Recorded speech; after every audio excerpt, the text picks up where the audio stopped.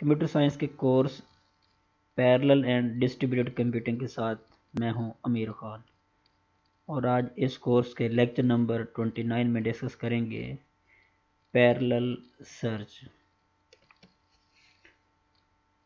आज के टॉपिक्स के कंटेंट्स में हम लोग डिटेल से देखते हैं कि आया पैरेलल सर्च क्या है और इसका पैरेलल एंड डिस्ट्रीब्यूटेड कंप्यूटिंग से क्या ताल्लुक है। Parallel search, also known as multi-threaded search or SMP search, is a way to increase search speed by using additional processors.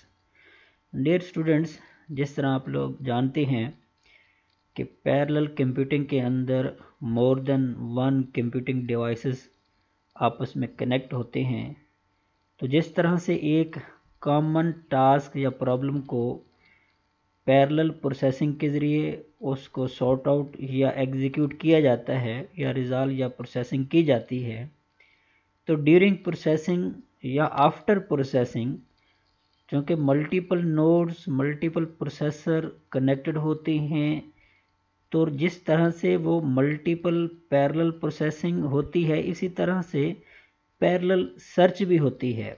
अब पैरेलल सर्च इसलिए ज़रूरी है ताकि ड्यूरिंग एग्जीक्यूशन या फिर एग्जीक्यूशन के बाद अगर कोई रिज़ल्ट या कोई डेटा जो फाइंड आउट करना हो कि वो किस प्रोसेसर के पास मौजूद है, कहाँ उसकी एग्जीक्यूशन हो रही है, तो इसलिए एक टाइम के अंदर पैरेलल सर्च भी ज़रूरी है, जहाँ मल्टीपल प्रोसेसर इस टास्क को जो है वो सारे अंजाम देते हैं।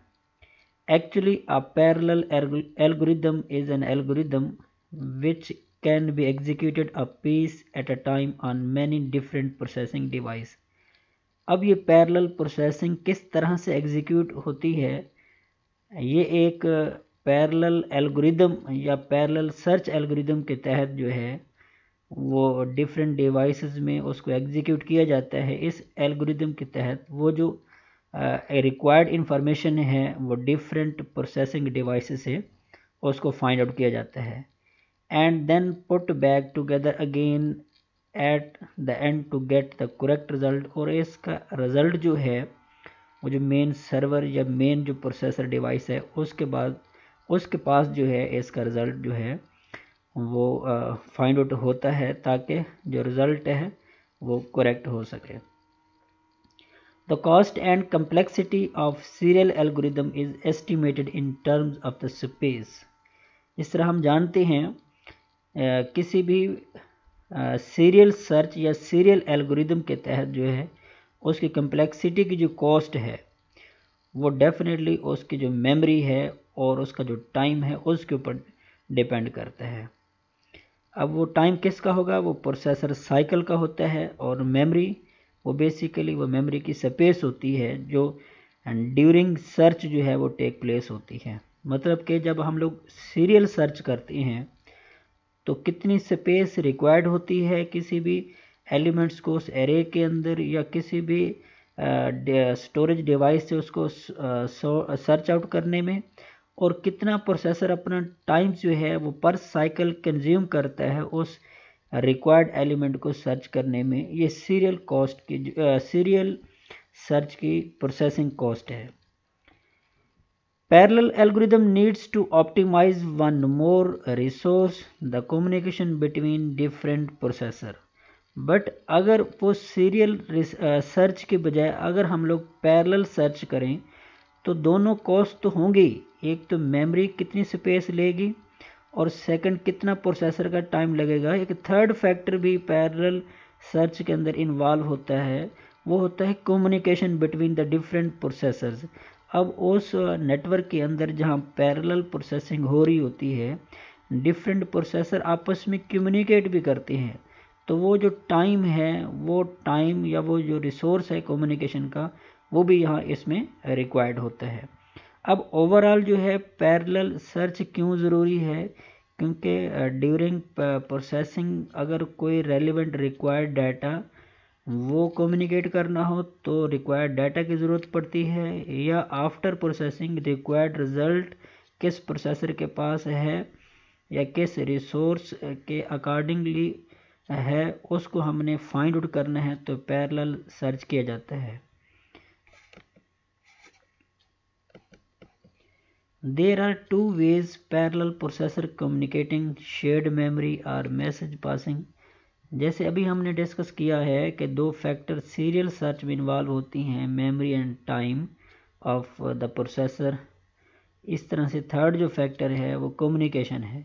अब कम्युनिकेशन किस तरह से कर सकते हैं ये ऑलरेडी हम जान चुके हैं कि दो ही मेथड हैं, या फिर शेयर्ड मेमोरी है या फिर मैसेज पासिंग एक मेथड है। इस मेथड के ज़रिए डिफरेंट प्रोसेसर से हम लोग कम्युनिकेट कर सकते हैं।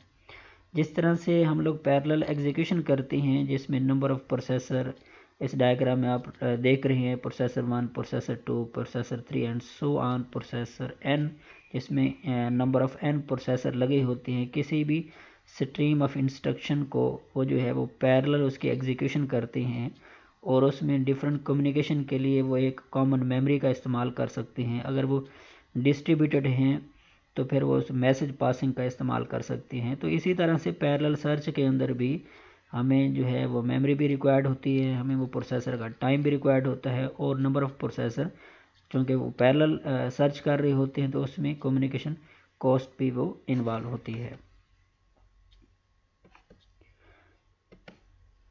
SMP algorithm are classified by their scalability and speed up। अब इस पैरेलल सर्च के लिए जो दो क्राइटेरिया है या उसको जो क्लासिफाइड किया जाता है वो बेसिकली दो टर्म में किया जाता है, एक है स्केलेबिलिटी और एक है स्पीड अप।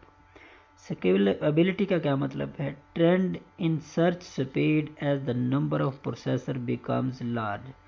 अब इसमें अगर नंबर ऑफ़ प्रोसेसर जितने ज़्यादा होंगे तो डेफिनेटली उतना जो है वो टाइम ज़्यादा लगेगा और उतना जो है प्रोसेसर का टाइम और उतना उसकी कम्युनिकेशन कॉस्ट भी ज़्यादा आएगी। तो स्केलेबिलिटी मीन कितने नंबर ऑफ़ प्रोसेसर उस नेटवर्क में लगे हुए हैं या नेटवर्क में वो बेसिकली एम्बेडेड हैं जहाँ पैरेलल प्रोसेसिंग हो रही है। तो इस तरह से पैरेलल सर्च में भी नंबर ऑफ़ प्रोसेसर डिपेंड करते हैं कितना है। अगर उसको नंबर ऑफ़ प्रोसेसर ज़्यादा हैं तो स्केलेबिलिटी मीन ज़्यादा होगी।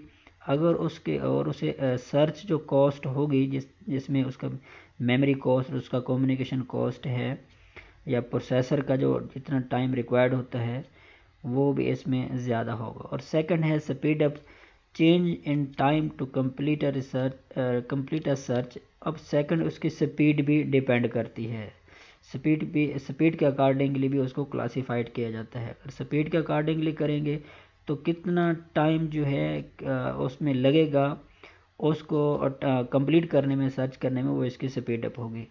तो डेफिनेटली अगर नंबर ऑफ़ n प्रोसेसर की तादाद ज़्यादा है तो स्पीड डेफिनेटली कम होगी क्योंकि उसकी स्केलेबिलिटी ज़्यादा है, क्योंकि वो प्रोसेसर ज़्यादा लगे हुए हैं। अगर नंबर ऑफ़ प्रोसेसर उस नेटवर्क में कम है जहाँ पैरेलल प्रोसेसिंग हो रही है तो वहाँ पैरेलल सर्च के लिए भी उसकी कॉस्ट चूँकि कम होगी तो उसकी स्पीड डेफिनेटली बढ़ेगी। आप इस डायग्राम में देख सकते हैं कि किस तरह से हम लोग जो है इसके पैरेलल सर्च कर सकते हैं। पैरेलल सर्च करने के लिए नंबर ऑफ़ प्रोसेसर जो है, नंबर ऑफ़ नोड्स, डिवाइसेस जितनी होंगी तो उसको हम लोग किस तरह से फाइंड आउट करेंगे, वो जिस तरह से वो टास्क या जिस तरह से वो डाटा की अवेलेबिलिटी या स्टोरेज होगी, लोकेलिटी होगी, उसके अकॉर्डिंगली हम उसको सर्च कर सकते हैं। जिस तरह से सीरियल सर्च में हमारे पास काफ़ी सारे मेथड हैं जिसमें सीक्वेंशियल सर्च है, बाइनरी सर्च है, डेप्थ फर्स्ट सर्च है और बहुत सारे ऐसे एल्गोरिदम हैं। तो इस तरह से पैरेलल सर्च के अंदर भी हम लोग जो हैं वो उसको वैसे ही फाइंड आउट कर सकते हैं, बट इसमें नंबर ऑफ़ नोड्स या नंबर ऑफ़ प्रोसेसर ज़्यादा होंगे तो हमने according to number of processor उसके जो है सर्च आउट करने हैं। अगर वो आपका रिक्वायर्ड डाटा सपोज कर ले, लेट सपोज वो ए के इक्वल है तो वो जो रिक्वायर्ड डाटा है वो किन प्रोसेसर के अकॉर्डिंगली उसको हैंड ओवर हुआ है, आया वो प्रोसेसर या नोड 1 है, नोड 2 है या फिर या नेटवर्क या मॉडल 3 है, तो उसके अकॉर्डिंगली हम उसको सर्च आउट करेंगे कि आया वो डाटा किस नोड या किस एरिया या किस रीजन में वो सॉर्ट आउट या उसको फाइंड आउट किया जा सकता है। अगर उसका रिकॉर्ड जो है वो आपको यहाँ मिल जाता है कि ए के अंदर आपको रिकॉर्ड मिल जाता है तो फिर यहीं से रिक्वायर्ड रिज़ल्ट मिल जाएगा। अगर यहाँ ए के इक्वल नहीं है तो फिर उसको फाइंड आउट यहाँ से किया जाएगा, सेकंड से अगर ऐसा नहीं है तो फिर उसको जो है वो थर्ड से किया जाता है। लेकिन ये जो काम है जितना भी ये पैरेलल काम होता है, जिस तरह से एक टाइम के अंदर मल्टीपल प्रोसेसिंग हो रही होती है, तो इसी तरह से मल्टीपल पैरेलल सर्च भी हो रहा होता है। अब इसका हमें पैरेलल सर्च का हमें बेनिफिट्स क्या मिलता है? बेनिफिट इसका ये है, जिस तरह से एग्जीक्यूशन के लिए हमें मिनिमम टाइम के अंदर मैक्सिमम जो है वो वर्कआउट करना होता है, तो इस तरह से पैरेलल सर्च के अंदर भी मिनिमम टाइम के अंदर हमें मैक्सिमम जो रिकॉर्ड है या स्पीड अप जो है वो हमें उसको फाइंड आउट करना होता है, जिससे क्या होता है सिस्टम की एफिशिएंसी और परफॉर्मेंस इंक्रीज होती है। उम्मीद करता हूँ आपको आज का लेक्चर जिसमें पैरेलल सर्च क्या है वो समझ आया होगा। क्या है, जिस तरह से पैरेलल सर्च पैरेलल एग्जीक्यूशन होती है, ऐसे ही हम लोग पैरेलल सर्च या फिर कोई और पैरेलल ऑपरेशन परफॉर्म कर सकते हैं। मिलती हैं नेक्स्ट लेक्चर में, तब तक के लिए अल्लाह हाफ़िज़।